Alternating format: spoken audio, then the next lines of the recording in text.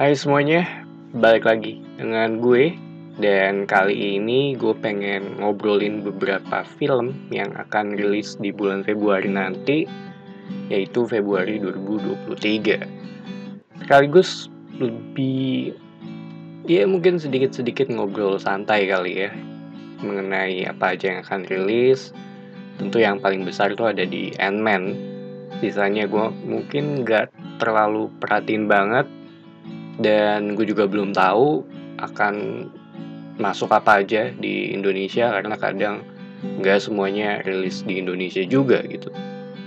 Ini gue ambil dari sumbernya IMDb ya, dan gue buat video ini di tanggal 23 Januari.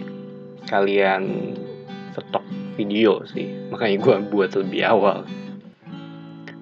Dan yang pertama itu ada di BTS. Gue kemarin udah sempat ngeliat di CGV ya, itu udah buka penjualan tiketnya. Gue bukan fans K-pop juga, tapi lumayan penasaran. Gue pengen sekali-sekali mungkin ya, pengen ngerasain nonton konser di bioskop tuh kayak apa rasanya. Dan gue juga kadang suka iseng sih ngecekin gitu, rame apa enggak gitu. Ternyata ya emang rame banget gitu. Dan fanbase K-pop juga ya emang udah besar banget ya di Indonesia. Gue sendiri juga nggak akan nonton itu sih. Tiketnya juga lumayan mahal, mungkin karena ini konser kali ya. Terus ada Knock at the Cabin. Ini yang menurut gue cukup menarik ya gitu, karena gue sambil ngebuka di IMDb sendiri gitu. Ini filmnya M. Night Shyamalan, dan terakhir tuh gue nonton film ini tuh Old ya, kalau nggak salah sih. Belum terlalu lama juga, mungkin kayaknya 2 tahun ya. Ada Dave Bautista tentang keluarga yang dijadiin hostage. Cuma gue nggak pengen ngelihat trailernya ya, takutnya ada spoiler ataupun hal-hal lainnya. Dan kelihatan di sini sih ya, dari apa yang gue lihat di IMDb sih, kelihatannya cukup menarik. Dan kalau gue ngelihat nama ini juga ya pasti berhubungan dengan twist gitu. Nggak terlalu berharap banyak juga untuk film ini, dan dia juga ada series ya di Apple. Itu gue juga belum nonton untuk seriesnya M. Night Shyamalan. Cuma ya mungkin cepat atau lambat akan gue tonton sih film ini. Terus selanjutnya itu ada Magic Mike. Dia bukan film buat gue sih gitu, karena ya emang gue juga nggak pengen nonton film ini juga. Dan ada beberapa film horor ya, kayaknya lumayan banyak sih film horor di bulan Februari ini. Dan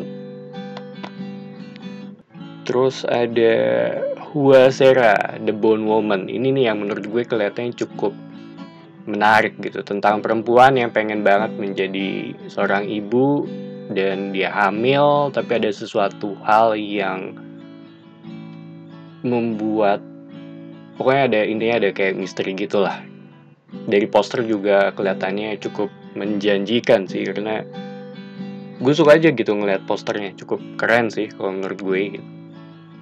Terus ada Ant-Man, nanti akan gue bahas Ant-Man. Terus Who Are You People, ini yang menurut gue ini kayaknya film independen sih, nggak terlalu banyak informasi dari sini, tentang remaja yang kabur dari asrama untuk mencari ayah biologisnya. Dan kayaknya sih bakal cocok ya untuk gue gitu, atau film-film tipikal gue banget. Semoga menghibur dan cukup dalam. Ini juga kayaknya nggak masuk di Indonesia. Dan ada Ant-Man juga yang nanti akan gue bahas di belakangan ya. Terus Cocaine Bear, ini yang menurut gue agak unik sih. Ada Ray Liotta, Kerry Russell. Ini Ray Liotta juga udah baru aja meninggal di tahun kemarin. Terakhir tuh gue taunya pas lagi nonton seriesnya dia tuh. Gue lupa lagi seriesnya dia yang di Apple. Dari sisi premis juga kelihatannya agak konyol tentang beruang yang nggak sengaja kena kokain ya. Dan ada Elizabeth Banks dari sisi sutradaranya. Sisanya itu ada Jesus Revolution, gue nggak pengen ngebahas ini, takut salah ngomong sih. Terus ada Mamis. Mamis ini juga animasi, cuma kayaknya udah rilis duluan ya di Indonesia. Udah. Sisanya itu sih, nggak ada terlalu yang benar-benar ini banget, benar-benar menarik ya. Bisa dibilang Februari itu buat bulannya si Ant-Man ya. Dan sekarang gue akan ngebahas mengenai Ant-Man aja gitu sekalian. Gue nonton trailer pertamanya dan itu juga kelihatannya cukup oke. Sisanya gue nggak ngelihat trailernya sih. Buat gue fan Ant-Man yang pertama itu bisa dibilang fun. Yang kedua gue agak kurang suka karena sejauh ini karakter itu ya bisa dibilang bukan top tier-nya di Marvel juga gitu. Yang gue inget dari Ant-Man pertama itu gue nonton di versi IMAX 3D ya, dan itu 3D-nya itu oke banget, sama kayak 3D-nya Doctor Strange yang pertama itu juga cukup bagus. Gue puas banget sih efek 3D-nya di kedua film itu. Cuma untuk Ant-Man kali ini yang ketiga ini kelihatannya lebih serius sih, dan ancamannya juga lebih berasa, tapi feeling gue lebih mengarah ke aspek ceritanya sih. Gue sendiri sebenarnya agak malas ya kalau ngomongin mengenai multiverse dan segala macam, karena kemungkinannya banyak banget. Kita juga belum ngelihat varian dari Tony Stark juga gitu, bisa aja muncul kapan aja. Tapi gue rasa akan disimpan untuk Avengers nanti sih buat semacam kejutan ya.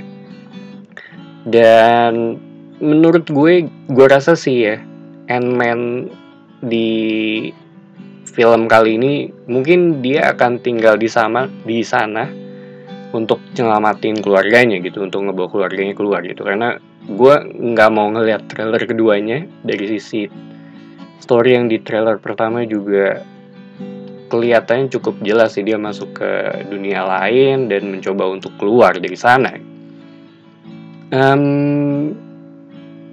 Mereka ini nggak munculin Modok ya di trailer yang pertama.